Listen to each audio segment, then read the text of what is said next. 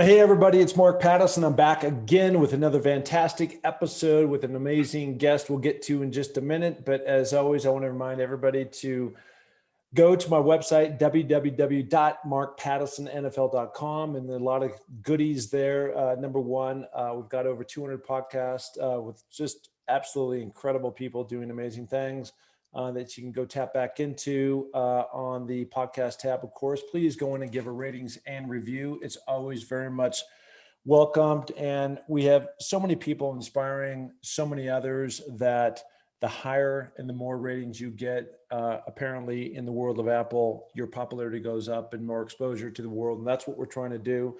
Number two is we continue to raise money. Go to the philanthropy button through Higher Ground for my daughter, Amelia's Everest. She's making great progress. We actually just the other night, we're recording this podcast on July 8th, and we had a fundraiser called Hero's Journey. We raised over $1 million. It was amazing. I got to stand up and speak a little bit. We had General Mattis here in Sun Valley, and just incredible to see what not only the people here, the giving, but also these amazing people that are being helped. And finally, there is a film coming out from the NFL on this whole Everest expedition. There'll be more that we'll be updating on my website, so stay tuned. The film is scheduled to come out in early September, and there will be a premiere here in Sun Valley, Idaho on the 23rd of September. Really jacked up about that. So for more information on the way. Okay, let's get into it. Today, our guest, my teammate, my climbing mate, and I think might even be a soulmate after what we went through. And he is not related to John Muir, but he is the one and only Art Muir. Art, how you doing? I'm doing great. It's a privilege and a pleasure to be here. And, we haven't talked to each other very much since the expedition. I feel like we were separated in the middle of a torrid affair. So it's good to see you here again. Well, it's good to see you're standing straight up. And the first thing I want to tell everybody, and I told you this with, complete honesty and being totally authentic, was from day one. I think I was the second oldest guy on that expedition. You were the oldest, not only the oldest on our expedition at 75, but you became the oldest American to ever climb. And I know that's not the reason why you did it, but at the end of the day, you did do it. And what is also fantastic is, and you're probably the same way. At the very beginning of this, we started with 21 climbers. And at the end of the day, there's only 10 of us who made it. And so that's more than 50% that did not. And I know that when we, in the very beginning, when we're going through the Kumba Valley, we have to trek up those 40 miles. It took us 10, 12 days to do that. And you're starting to who can make it and who can't, and who's going to be there and who's still standing. And, there was a moment in time when you were coming into, I think it was Camp 1, and I'd actually climbed out of my tent and to come help you. And I begged you to let me carry your backpack, the another 75 yards, which were excruciating for you because I'd been through it, and to come out and help you and carry that bag for you. And you absolutely refused. And from that moment on, I said, this guy's a flipping warrior. He's 75, but he acts like he's 35. And, Remember that. And so much of this was just about a mindset that you were going to get to that tent by yourself with that heavy pack and go through those, even though I was willing to give you the kind of the out, and it was an easy out too, because you'd already got to Camp 2. It was just kind of the extra steps. But, as we sit here, what comes to you in terms of, we're now like 45 days off the mountain, reflections upon that experience that you and I went through together? Mark, I remember that so well. And it's not like it's not as if, I'm afraid to have people help me, or I'm not willing to take, assistance. I had plenty of assistance and plenty of help, from you and other members of the team on this climb, from the Sherpas, from the guides, from everybody. And I just remember that. And it was more of the kind of the thing I think I remember, I trudged all the way up there, and it was like, and you were really gracious to come out and see that. I was really tired and I was really, fatigued. But I just want to do the last few steps. I thought I could make them. If I didn't think I could make it, I would have been happy to accept the help. So, it's it's interesting now because we're back here, about a month away from having summited, and it's such an interesting thing because, as you know, because you've done a lot of this, that was your seventh summit. You've climbed all the highest mountains on all the seven continents, among other things. It's a remarkable accomplishment. Um, but it has this air of unreality. I mean, there's a couple things about it that I find surprising. First of all, and I've said this before, and it's absolutely the case. When I got to the top, I was as surprised as everybody, as anybody. I mean, it was just, to me, this was a question of doing this trip. I'd been there before, as you recall. I'd been there in 2019. I'd hurt myself because I was careless. I fell in a crevasse. Something you only don't want to do once. You don't want to do that twice. And the second thing I did was I fell off a ladder just from a lack of attention. A very foolish, careless mistake. And in big mountains like this, you can't make foolish and careless mistakes, or maybe you can't get away with it for very long. And so this time I came back a much more, I guess, kind of aware of the challenge, but also a much more focused than I was the first time. And it took me a long time. There's two elements of these climbs. One is it's the physical preparation. You have to be physically ready. And I really had questions. I'd worked really hard. Yeah, I know you know all about that. And other members of our team who were successful know about it too. You have to prepare physically, but you also have to prepare mentally, and you have to be prepared to focus on this for days that aren't so easy. Some days are better than others, but some days are really hard, and you have to be able to find a way to focus and hang in there and not give up. And then the third thing is, in addition to having everything else, the support team, you got to have great guides. You got to have great, the Sherpa help. You have to have a great teammates. We were very fortunate to have a, fabulous group of people, really, and I know you feel like I do. You feel like they're blood brothers and sisters. It's almost like a tribal thing. You got to have all that. You got to have a staff, and you got to have all those things, but you also have to be really lucky. You have to be lucky. You have to have the right weather conditions. Things have to open up for you. And these mountains are really demanding. And there were people who were actually at Camp 4, had gotten all the way to Camp 4, done 3 rotations like we did, been there for 60 some days, all ready to go for the summit, in really good shape. And their Sherpas got sick, and that was the end of the expedition for them, an external factor. So it's a whole bunch of things. So now sitting, at home where I turn the faucet and the hot water comes out, that I can immediately get hot water, and every, the water I no matter what water I take, I can drink it safely, knowing it's safe. The food I get is all fresh, and it's, convenient and abundant. So you go on these expeditions, it's not like that, and we had good food, and we had safe water, as you very well know, because the staff took such good care of us. And nobody on our expedition got sick from things like COVID or food poisoning. So we're really lucky, but it makes you appreciate how lucky we are. So I think, on the one hand, I kind of look back and think, did that really happen? Did we really spend 60 some days in a sleeping bag, climb up this mountain 3 times and through this dangerous ice fall and these winds and storms, and like you on the summit night, with the wind blowing and the granular snow blowing in and resulting in snow blindness in one of your eyes? And did that really happen? It's hard when you're here to think about that. It was a remarkable experience. So I want to go talk about where you and I think more or less got separated, which is kind of from the time that we got to Camp 4, really Camp 3.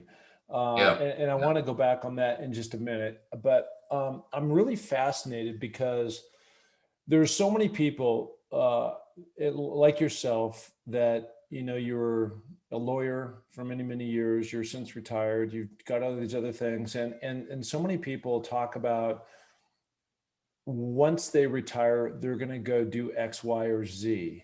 And then they finally get retired, and then they have all the time in the world to go do X, Y, and Z, but they don't, because now, as Zio was saying about, if you want to get something done, give it to a busy person, right? Right.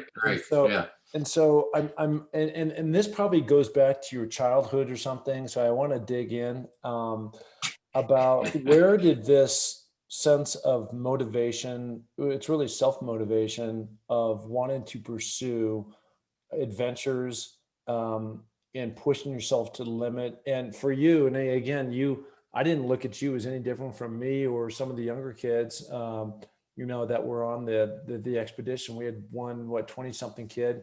And, you Yeah, know, 25. Yeah. yeah, 25. And we were all equal, right? And you were right in that group. I was in that group. I was the second oldest guy. I'm 59. And so for those people who are out and they're thinking, well, I either got to, when I retire, I'm going to do this, or where did that motivation for you start? Yeah, it's two really good things wrapped up in there. Three things actually. The first is kind of in reverse order. The first is, if I remember all three of them, but the first is being with our group for a long period of time without a mirror. I've mentioned this before, and I didn't really realize it until afterwards. But you're with somebody, with a group of people, and you're doing a lot of things, and that group spans. Ben Barris was 25. I'm 75, and there's a bunch of us who were in their 50s, and then a few in their 40s and like 30s. So but there was a concentration of people in their, especially guys in their 50s. I thought that was kind of interesting. And after you spend a lot of time with a group like that, you stop thinking about kind of how old you are, and you start thinking about what the group is doing and what other people are doing. And so you just become part of a team where you're looking kind of through their eyes. You can't see yourself really because there aren't any mirrors. I mean, I didn't have any mirrors. I didn't look, but you see it through their eyes and you start to identify with them. And for me, that's a huge advantage. I think it's a disadvantage if people had to look at me and think, oh, the other guys are like really old. You can see an old guy. But for me, seeing a bunch of people who were younger, stronger, fitter, just more capable, more enthusiastic, and participating just makes you feel mentally a lot younger. So that was number one. Number two, I grew up, I wasn't an athlete. I mean, somebody like you look back on an athletic career, you've got that kind of history, big time, first rate, first line athleticism. I don't have that, but I was an active guy, active person. And I grew up in Colorado. My dad actually gave me a book, Maurice Herzog's book on Annapurna, sometime when I was about 12 or 13 or 14. And that was one of those books that fired my imagination. It's a stunning story about the first 8,000 meter peak that was ever climbed back in 1950 when they were looking for mountains. They weren't even sure where all those mountains were. So that was really a big deal. I was also a scout, spent some time scouting, and that was really a good experience for me. It wasn't the only thing I did, but it was really good because it got me outside, got me doing things, pursuing nature merit badges, learning how to tie knots, learning how to make campfires, going on hikes, stuff like that. Again, it wasn't a big deal, but it's still really vivid to me. Those memories are still vivid. The time that I spent and the skill set that you pick up when you're in that age of, you're first a Cub Scout, then a Boy Scout, but that age of 11 to 14, something like that. It's a time for boys in general, I think, that they're really particularly impressionable. And then I was, pretty active. I went to a small high school, small private school in Denver. And that allowed you to do everything you wanted to do in terms of sports.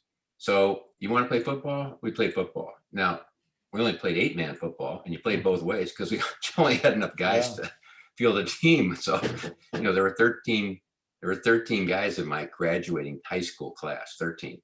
So you want to play basketball and you're 5'4", no problem. You're in it. You're in. So that was actually really good too. And I think there's something to be said for that, as opposed to my kids all went to a very fine public high school here, New Trier High School, but it had over 1,000 kids in every class. So my son Charlie played baseball, but that's what he had to do. He had to specialize in that. There aren't any, two-way football players. There are very few multi-sport athletes in high schools like that. So I was very lucky to get exposed to this. And I guess nobody ever said to me, you're not good enough to do that. Because if you can walk on when you're 5'4" and play basketball, or, you can walk into a football team and play it, you get the idea that you can do these things. So that was actually really, I think that had a lot to do with it, just exposure early and kind of enjoying it and the variety of it. And then the third thing is, you're absolutely right. We all have this tendency It's procrastination. It's part of human nature, and we all have these similar things. And what I did was I got really lucky because I'd always been fired by the idea of Mount Everest and the highest mountain. I wanted to see it. I thought there was something iconic about the mountain itself. It turns out it's just a big pile of rocks. Yeah. Pretty dangerous. It's pretty impressive, but it's just a pile of rocks. But I didn't know that at the time. In 1990, I saw an article in the New York Times about Jim Whittaker was organizing an expedition to the north side, and he would take trekkers. And he was a smart guy because he said, and if you make a contribution, and it happened to be $10,000 per trekker, you can go and then meet the team and go to base camp and do all this cool stuff. Mm-hmm. So I did that at the risk of losing my job. I was working for a firm, and that required 31 days away, and it wasn't something people did. And people just didn't do that, practicing law at the time, 1990. And so that introduced me.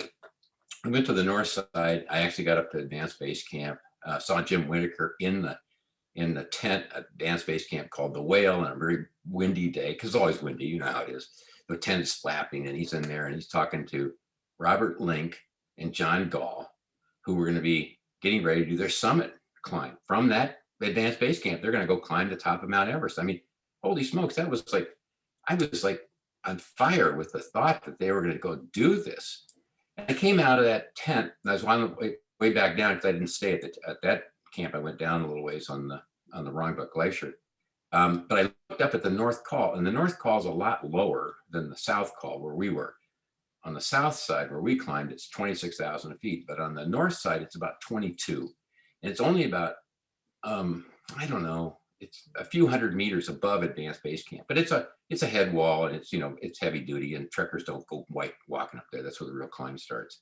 And I looked at that and I thought to myself, I don't know, but I think I could climb that. I could actually get up there and look over the North Col of Mount Everest into Nepal. Of course, I was on the Chinese side at the time. I could look into Nepal, and I thought that would be like the coolest thing to be able to do that, to be up on this saddle and look over into Nepal. And then I thought, I looked up at the rest of the mountain, and of course I thought, these guys are just like pros and they're Superman and all that kind of stuff. I could never do that. But the idea of getting to something like the North Col, really fascinated me. So when I got the chance, I did that tour, and then, I did that trek, and then some friends asked me to try and climb Denali the next year, which we did, 4 of us on a private climb, and we ended up, 2 of us got to 17,000 feet, got really, really cold. The other guy got frostbite at the end of that trip, fortunately, because I had no idea what I was doing. Okay, I was so far over my skis there. That's a tough one. I went back to work. Yeah, I went back to work and sat at the desk for a long time until a friend of mine. What happened was a friend of mine. This is the way these things happen. I'm finally answering your question, okay, about procrastination in older adults. A friend of mine finally called me up and he said, Art, he'd been doing a little bit of climbing. He went out to Rainier and he climbed Rainier because, and he enjoyed that a lot. He said, I'm going to go to Ecuador and climb these volcanoes, and I'd like you to come with me. And he's a long-term friend. He introduced my wife and I, and his now wife, then girlfriend, was Leslie's roommate, so that's how we met ultimately. So we've known him for 50 years. And I wasn't so taken with the idea. I've been sitting around that, behind a desk. I hadn't played golf maybe, and I don't know. I basically hadn't done anything. A little bit of exercise kind of. And I came home and I said to Leslie, Jim wants me to go to Ecuador and climb some volcanoes. I kind of was thinking, why would I want to do that? Why would I want to go to Ecuador? I wasn't even sure where it was, okay, to be honest, and climb volcanoes. And there's this pause, and she turns around because she was at the sink in the kitchen, and she said, well, he's your friend. Of course you're going. So I, ended up going down to Ecuador to climb these volcanoes. And what I discovered, here's what was so interesting. The point was, I didn't really know what I was getting myself in for, which I think is a good thing, especially when you get older. It's really important to kind of reach out there, get over your skis a little bit, get in the water when you're not exactly sure how deep it is. And I had these 2 wonderful guides from Rainier Mountaineering, Solvay Waterfall, and Casey Grant. Casey was actually in Kathmandu and on Everest with us again this year. He's climbed it several times, works for CTSS. And they did a fantastic job. The point was, it was so great to watch how they handle it. There's another guy, Jaime Villa, who's a local guide who's climbed some of these peaks, Kapaxi number. And they were so competent, they were so professional, and they were so interesting. They had good stories. They knew what they were doing. They took me, to a place that otherwise, tops of these two volcanoes, that otherwise I would never have seen. And I enjoyed the process. I kind of enjoyed the exertion and then the satisfaction of getting on top. But I also enjoyed meeting the other people who were on the climb, and then watching them as professionals. It was so great. So it was a whole new chapter that kind of opened. I didn't realize at the time. And I came back, and the next big step was I saw that there was RMI had a offering for a trip to Mount Elbrus, the highest mountain in Europe, although some people think it should be Mount Blanc, but nonetheless, Mount Elbrus. And the thing that was so cool about this trip was you didn't just climb it, you could also actually ski off of it. You could ski off the top. I could actually climb up this thing and ski off one of the 7 summits. I mean, that was like the coolest thing I'd ever heard in my whole life. Wow. So I signed up, and it was run by the guide was a fellow named Tyler Reed, Pacific Alpine Guides. It's gotten to know him really well. He's a super duper, neat guy, and an excellent guide. And he's been all over the world. And I've been now done backcountry skiing with some of the people I met on that trip, and then some other friends, and we've had chances to go to these unbelievably cool places to do backcountry skiing. So we did the Russian trip to Elbrus. We've been to Sentry Lodge in Canada, where you drop for a week by helicopter. They come back a week later and pick you up. Been to Japan, Hokkaido. Then we've been to, what am I forgetting? Tibet in the Wrangell St. Elias National Park in Alaska. I mean, an unbelievable place, many thousands and thousands of square miles of which have never been walked on by humans. And they have these fixed wing aircraft. They drop, with skis, and they land and pick you up later in the day. It's so cool. And we've been to Chile. So, this was something that was completely unexpected in my life. And I've now got in the climbing, same kind of thing. I've done some other trips. You just don't go, as you know, you just run over to Mount Everest and just decide to climb it, especially when you're my age. But it's been kind of a gradual process. And the point is, in answer to your question, I think it's particularly important as you get older to keep doing new things and not being afraid to take some of these adventures. I mean, you don't have to climb Mount Everest, okay? I mean, that's really cool. But it's things, it's getting yourself up and out and meeting other people. And I'm on a kind of as an aside, I'm on the board of a senior center here in where I live. And I've been on that board almost 10 years now. And so you learn a lot about seniors and kind of what works and doesn't work for them. And this is a place where senior members of our community can kind of come in. They can do a bunch of things. They can get together for lectures and lifelong learning classes. They can play cards. They can do sculpture classes. They can take trips. It's a bunch of things like that. But it's a thing where people get together. And what we found out, and then we have a lot of social services where we go into the homes of people in the area, in our 38 communities on the north side of Chicago. And we go into their homes, and we make sure they're taking their medications they're supposed to be taking, and things of that sort. So it's the social services primarily. And what you discover is, as you get older, you tend to be afraid to take chances and do new things. And what happens to some of these people, especially with social services, is a spouse will die. They've been married for a long time, lived in a small house, done this kind of thing. A spouse dies, and then the survivor starts to become afraid to do anything, to go outside, for instance. And then, they become paranoid, and then they get depressed, and then they get sick, and then they die. And one of the good things about the senior center is it provides an outlet for people to come out, get together, do things together, which is very reinforcing, really positive. We as a species grew up in tribes. We like to be together. Okay. And that's one of the things that the senior center does. And so my advice, among other things, is for older people is, get out and keep doing things, meet new people, try new things. That and do some real exercise, not this foo-foo stuff. Do some real exercise. Well, I would certainly say thanks for the recap and all that. And I would certainly say that applies for all ages, not just seniors or whatever the term senior. I don't know if I'm a senior, but it's just, I think the bottom line is you're mighty close. Yeah, well, it doesn't really matter. It's just, I will never retire, and I will, I always encourage people to step into the fear and go after things. And, to your point, stepping into the fear might be, learning how to knit or playing the guitar or something like that. You don't have to go climb Mount Everest. And at the same time, I like to say to other people, like, what's your Everest? It doesn't have to be literally Everest. It's just like, what are you going to do to challenge yourself to put yourself in a position where you're going to grow? Okay, so I want to fast forward. Before we leave that though, Yeah, Mark, yeah. you're a great example, because here you were, you had this career as a professional football player. I mean, a remarkable accomplishment in and of itself. Yeah. And of course that career comes to an end. And what you've done is you've done all of these other things since then. I mean, you're climbing the seven summits is only one small part of it. Higher ground is another. Raising money for charity, and you've done a lot of that for not just them but for others.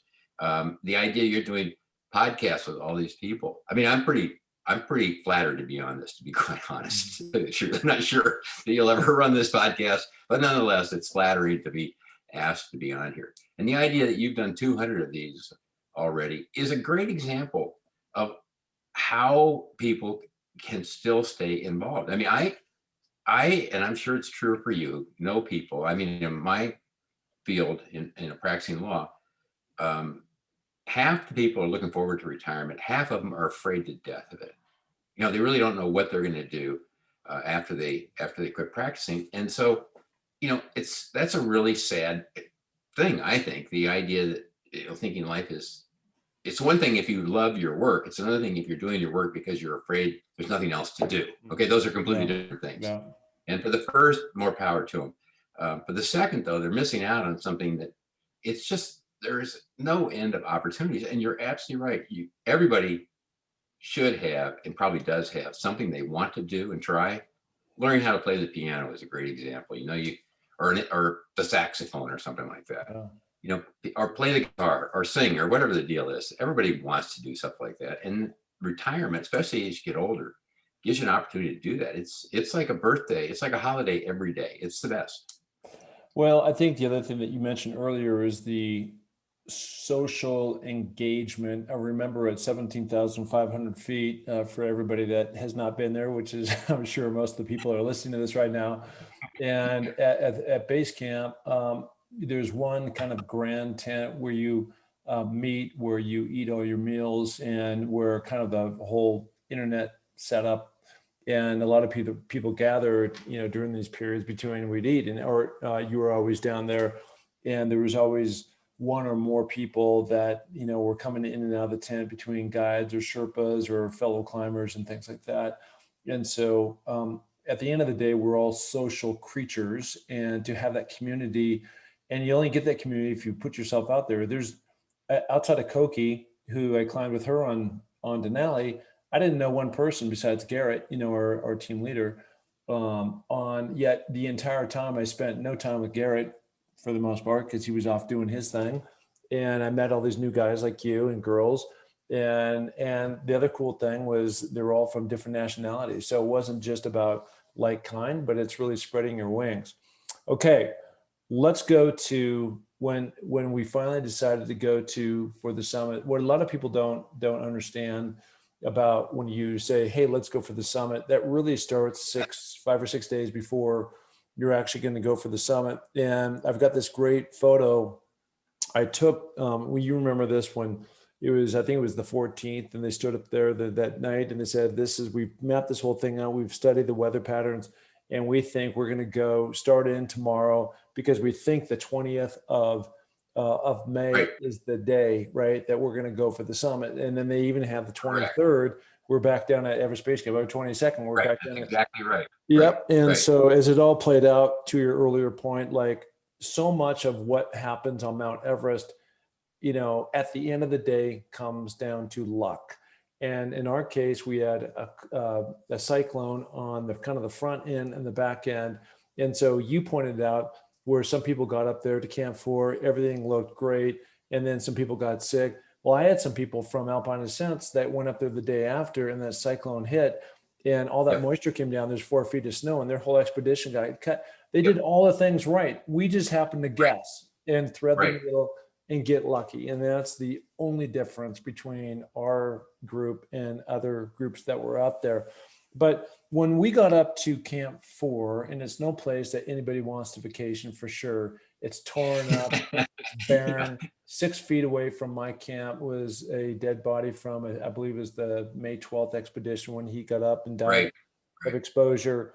And, there's a lot of just um, it, oxygen tanks and other things are just scattered around from past expeditions, and so certainly a lot of the chaos that went down in 1996 in the thin air. A lot of people have read that Krakauer book of that account.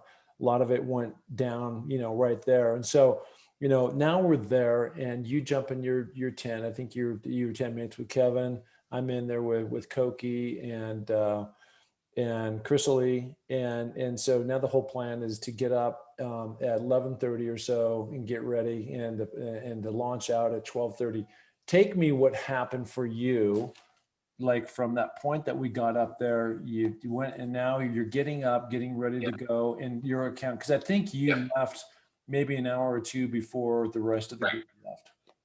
Right. That's exactly right. So what they did was they recommended that I leave at 10 o'clock, knowing that my pace, as you know, from our climbing together, is just slower than other people. I try to make sure I'm moving at a pace where I can continue to move to get where I'm going, and that usually works pretty well. But if I try and move at somebody else's pace, like for instance, for me, climbing Denali where you're roped to other people is much more difficult because it's their pace as opposed to Yeah. here where you're with your Sherpas, but you're not roped to other people. You're on fixed lines on the mountain, protect yourself, but you're moving at your own pace. Now that creates some problems sometimes because really slow people create hazards and blockages and things of that sort. But anyway, so we're Camp 4, we're at 26,000 feet because you're already in the death zone. You're on oxygen. So even when we're resting in the tent, in which we had to spend an extra night there, as you'll recall, because of these storms, the wind is howling, the tents are blasting back and forth.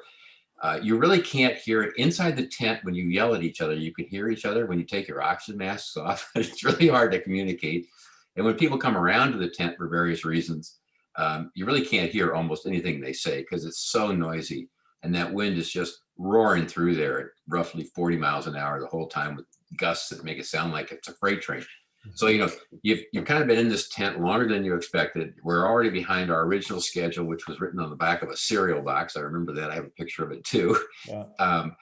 We're now trying to climb on the 22nd for a summit on the 23rd. So we're 3 days. We've already been on the mountain above the ice fall 3 days longer than we expected. So we're kind of pent up. On one hand, you're getting a little bit of fatigue. On the other hand, you're getting, finally getting some excitement. So I'm supposed to leave at 10 o'clock. I remember this so well. So I wake up at about, I start getting ready at about 8 o'clock or 8:30.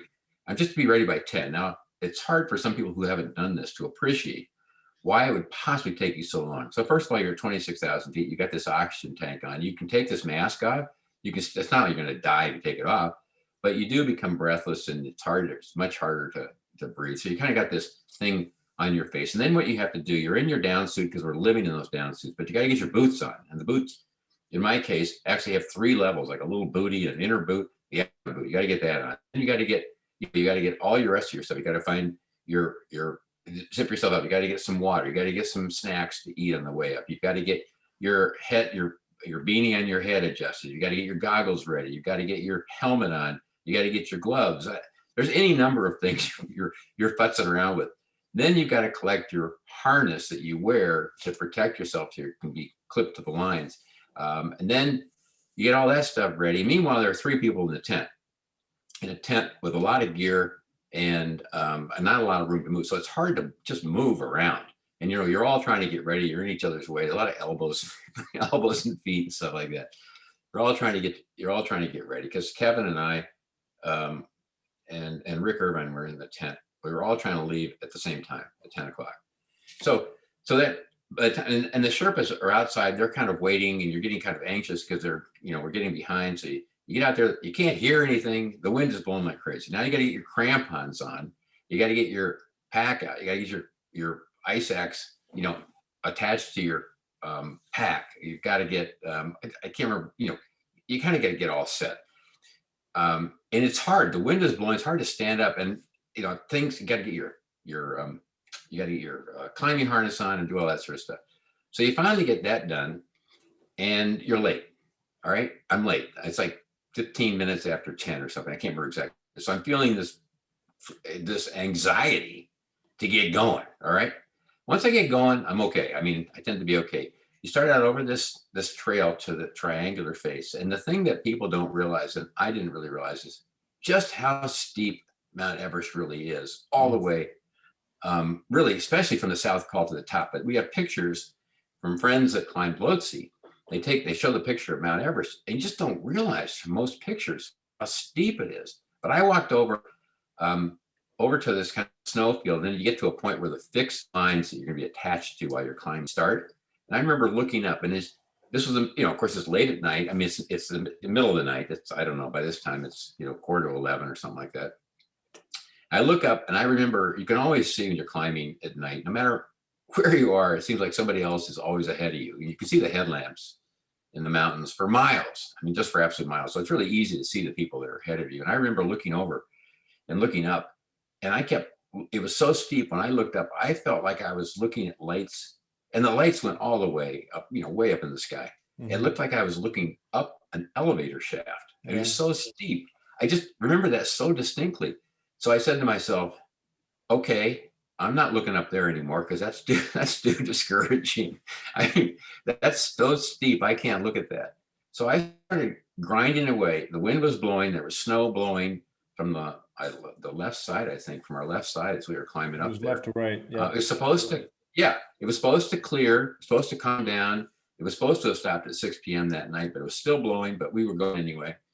And I'm climbing, and I remember, the only thing you really see are your feet, your the front of your boots, and kind of where your headlamp, the steps that you're following, the fixed line that you're following, and the Sherpa.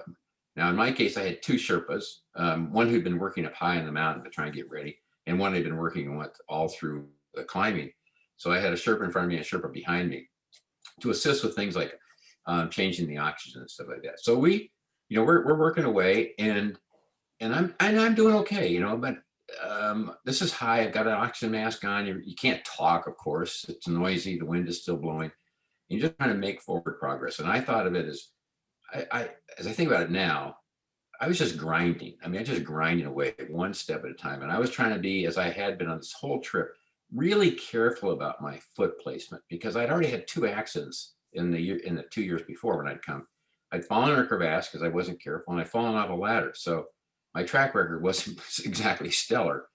So this whole trip, I was really careful about trying to place my feet just where I wanted them. And I was pretty good about that. I mean, I didn't have an accident. I didn't get hurt. So, in hindsight, I was successful. And I'm grinding and grinding and grinding. And I remember all of a sudden we come up after we've been working, climbing for a while, come up over a rise, turn right, and there are all these lights are there. All these people are there.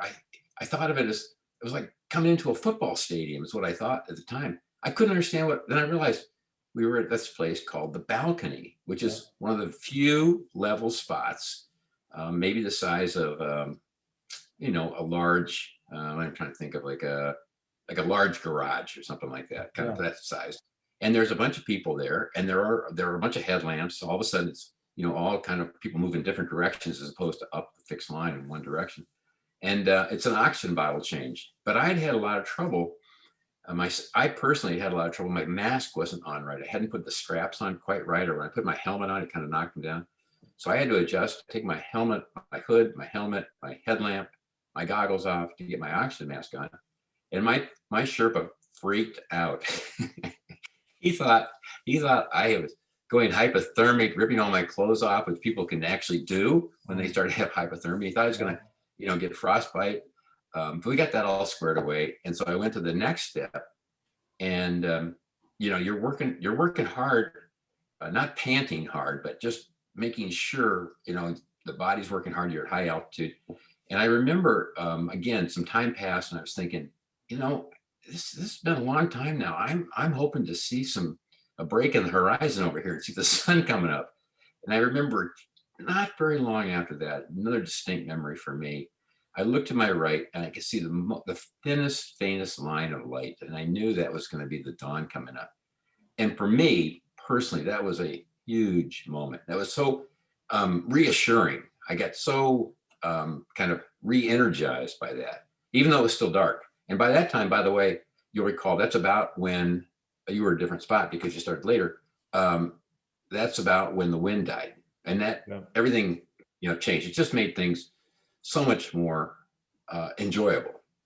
And then the sunlight starts coming up, and the line, you're just kind of glancing on the side of your eye, kind of watching this, gets brighter and brighter. And then we came to an area with some rocks, and it was headlamps were off by that time. The sun was up, I think, almost fully for me, and the series of rocks. And I looked at this, I didn't. What do I know? I hadn't been there before, and I thought, I wonder if this is the South Summit. I mean, I'd heard that, but I hadn't.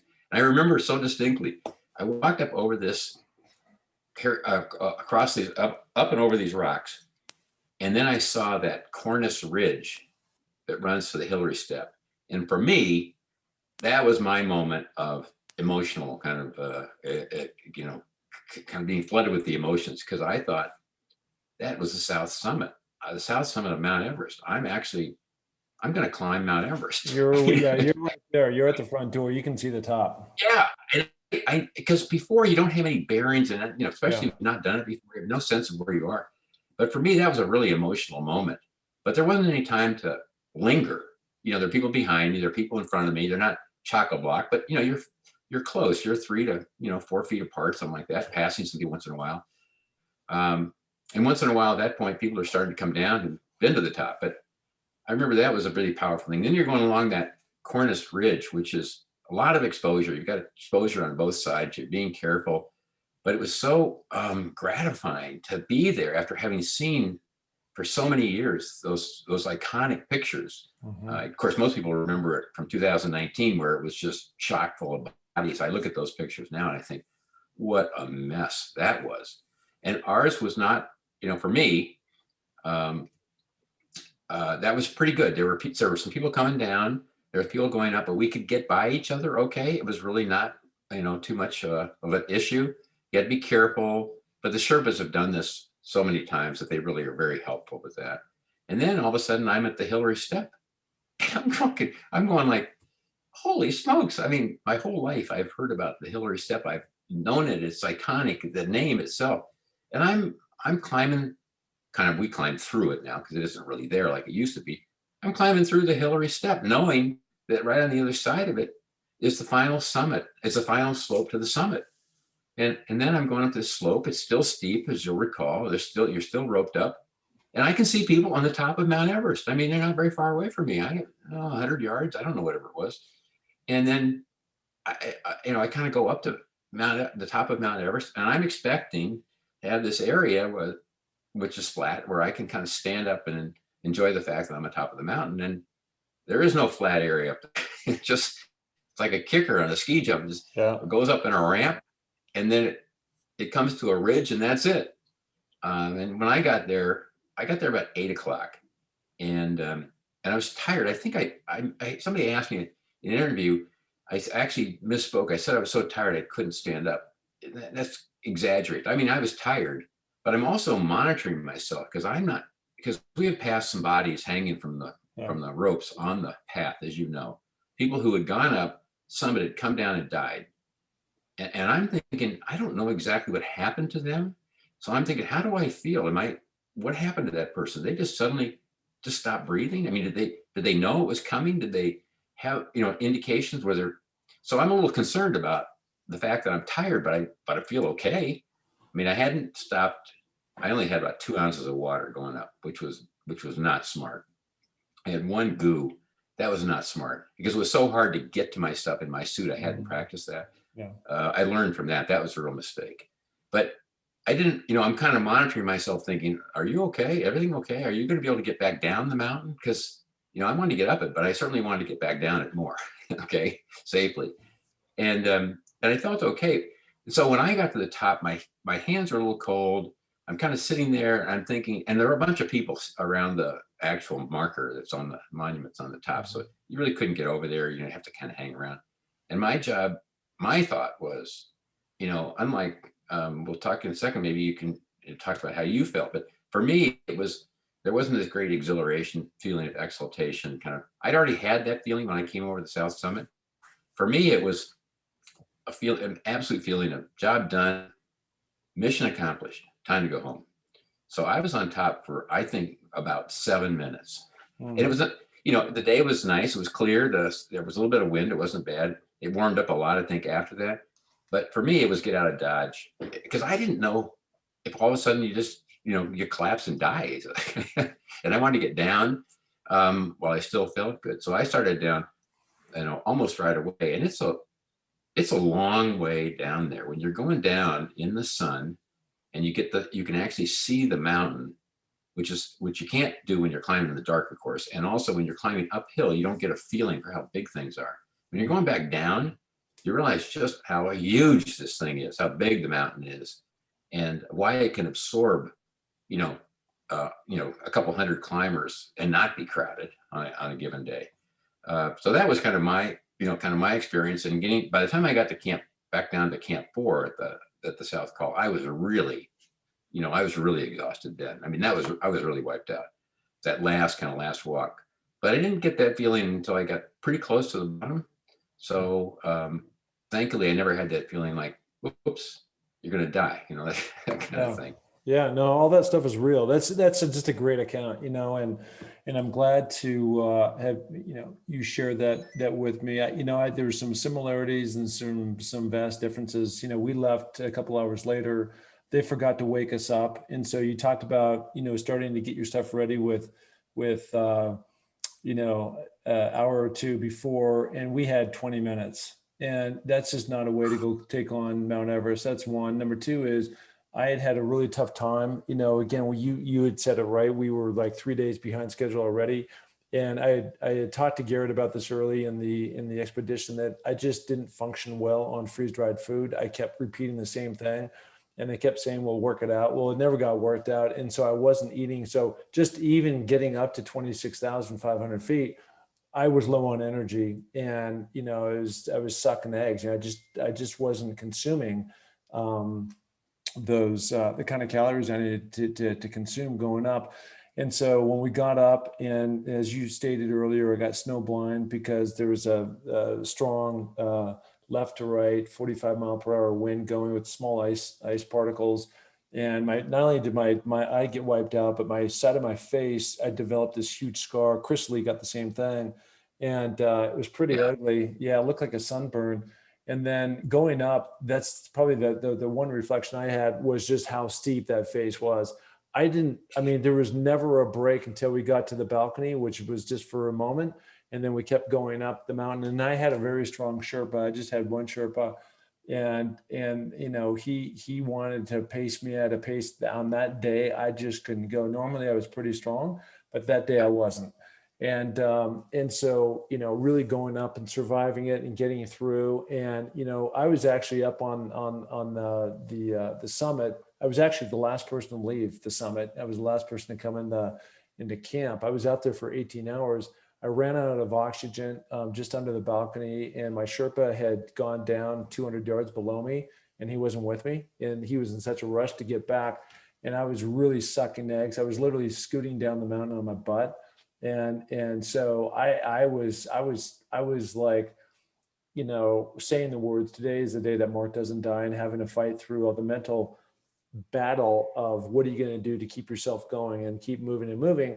And then the thing that really was difficult for me, and I couldn't process it right because I wasn't thinking about it, is, as we come into camp, and now it's around 6 o'clock, and I climb in the tent, and about 9 o'clock, after having had a tank refilled, about 9 o'clock that night, I ran out of O's. And so by about 10, and poked his head in the tent and said, hey, and the winds had picked up, like you said. And he had said, hey, is everything okay? And I said, well, I ran out of O's. And he said, well, we ran out. You're going to have to share with the girls. And so I didn't process the fact that I was actually supposed to go up and do Loti later that night, which I'd canceled, but I'd already bought 3 extra tanks. And so I don't know why he told me that. And I just said at the time, I said, okay. And of course the girls went to sleep, and I spent the entire night at 26,500 feet with no O's. And I was hallucinating. I was trying to climb out of the tent. I mean, there was a lot of wacky stuff that was going on there. And then the next morning when I started going down the mountain, I'd gotten up early. I thought I was the last one to get out. And I was all goofy in my mind. And I ended up climbing down, come from camp 4 down to camp 3 and over, the Lhotse face by myself. Nobody was with me. And Holy smokes. yeah, Purba had told me to go down because I thought I was the last one out. And it turned out I was the first one. And so no support. And so I just had all kinds of problems. I don't blame Garrett or anybody else. And some of this stuff was certainly preventable on my end. But like you said, you're just not thinking the way you need to think about how do I access food and did I bring enough? And there's water bottles and they don't freeze. And all these things were, as I sit here today well, I'm at sea level, I'm Sun Valley at 6,000 feet, but your mind is clear and you can think about it. But Right. I've had some Right. almost like PTSD post, like what happened of what if and what could have been.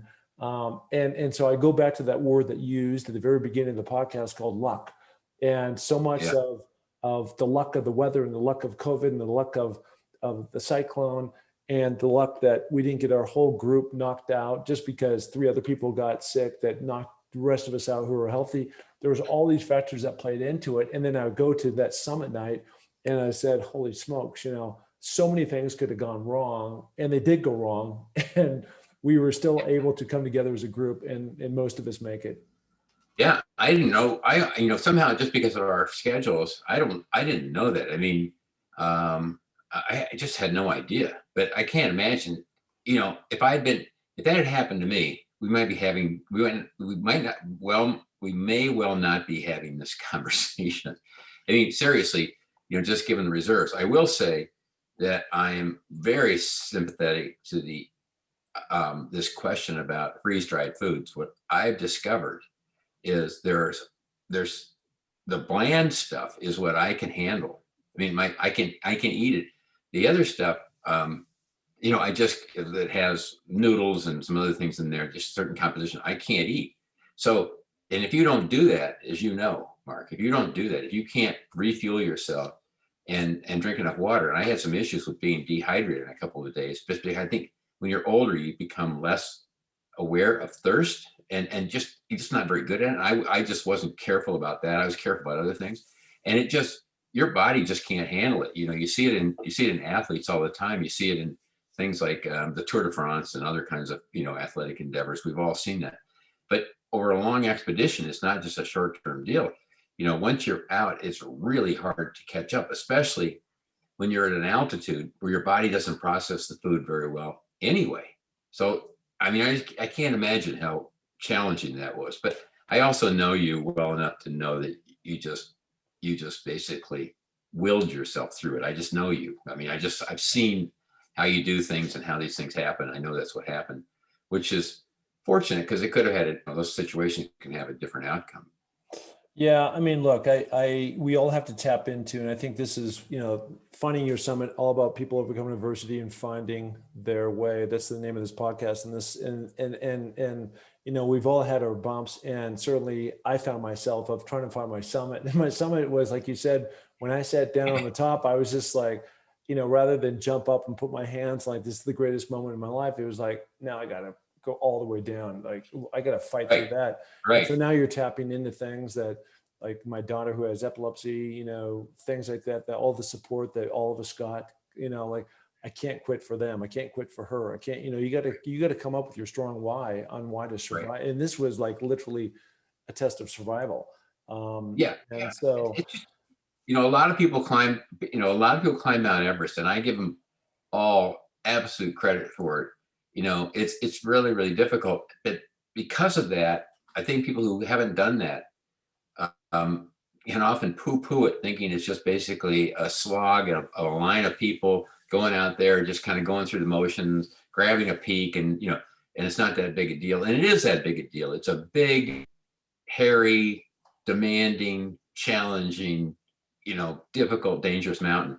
I at first, when I was there, I couldn't understand why, if somebody who climbed it, and came back, would ever want to do it again. But now I fully understand it, because it's like everything else. You kind of get, you get perspective on these things. And one of the things that I've done, to the point you were making before, is each time I've done these 2 trips to Everest, I've come back and written down stuff that I either should have done or that I'm going to do next time, which is things like thinking, being more thoughtful about food and water. Now you say, how can somebody, you know, train for 3 years and do this and go to a mountain like Everest and not have thought about that? And I have thought about it. I thought about it a lot. But you learn things, and you learn about your body and what you can and can't do. And I will say, this thing about mental toughness is a huge factor. I climbed Denali with my son in 2015, a time when I thought, that was kind of the early part of my, of doing this, because he wanted to do it. And it's one of the greatest moments. Standing on top with him is one of my 5 highlights of my life. But what I remember from that is not so much my climb, as he was 26 at the time, or he's 25 and turned 26 a couple of days after we got down. He had the opportunity to do something that not everybody gets a chance to do. And that is, when he's relatively young, go on something that is an expedition like Denali, to find out what he's made of inside, deep down, inside where the guts are, where the grit is. Because on Denali, you have to dig deep. It doesn't matter who you are. You have to do the work yourself. There are no Sherpas, there are no porters. Nobody does the work for you. And there are no shortcuts. And so he had the chance to find out whether or not he had that, just for purposes of the rest of his life. And he was really lucky, and so in some ways, to have that opportunity, you're really fortunate if you have that kind of, if you can call them those kinds of reserves, because life requires that sometimes. And I think it's something you can develop. It's also nice to know that you have that. So I think that's what these expeditions prove. It was a marvelous experience. But I want to say a couple things. Number one, my first impression when I went to Everest in 1990, then again in 2000 on the north side of the trek, and then 2019, and then again on this trip, 2021, having climbed it now.